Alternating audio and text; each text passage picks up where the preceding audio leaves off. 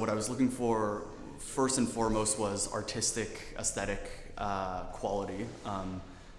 Were these works museum presentable? And quite a few of them were not, so that was kind of the first criterion I was judging on. I was also just looking to tell a story, one, to tell a story about Artine Artinian, what kind of a collector, what kind of a man he was. He was both a very serious literary scholar, but at the same time he was interested in visual culture of France in the 19th century, early 20th century. And he was also just kind of a character. You look at a lot of the works in this collection, and there's a lot of humor there. There's a lot of irreverence, whether it's political, satirical, artistic. It's more than just dry historical documentation. So I wanted to tell some kind of, give him some sort of homage in this exhibition. And then I also wanted to tell a story that is just very typically French.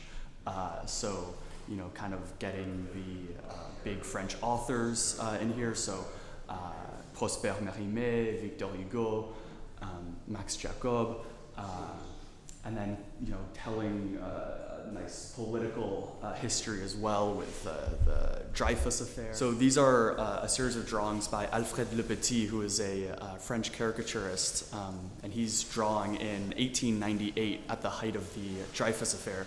Alfred Le Petit is on the side of the anti-Dreyfusards, the people who believed that Dreyfus was guilty of treason against France, mostly because Dreyfus was Jewish.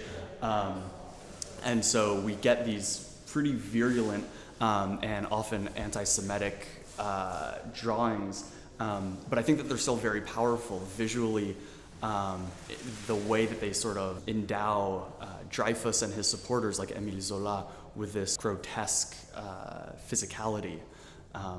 It's super potent. You have to imagine as a late 19th century Frenchwoman reading the paper. You might not even know how to read, but you're seeing these images of this guy who's being accused of treason. Of course you're going to think that he's guilty, that he is this monster responsible for trying to bring down France.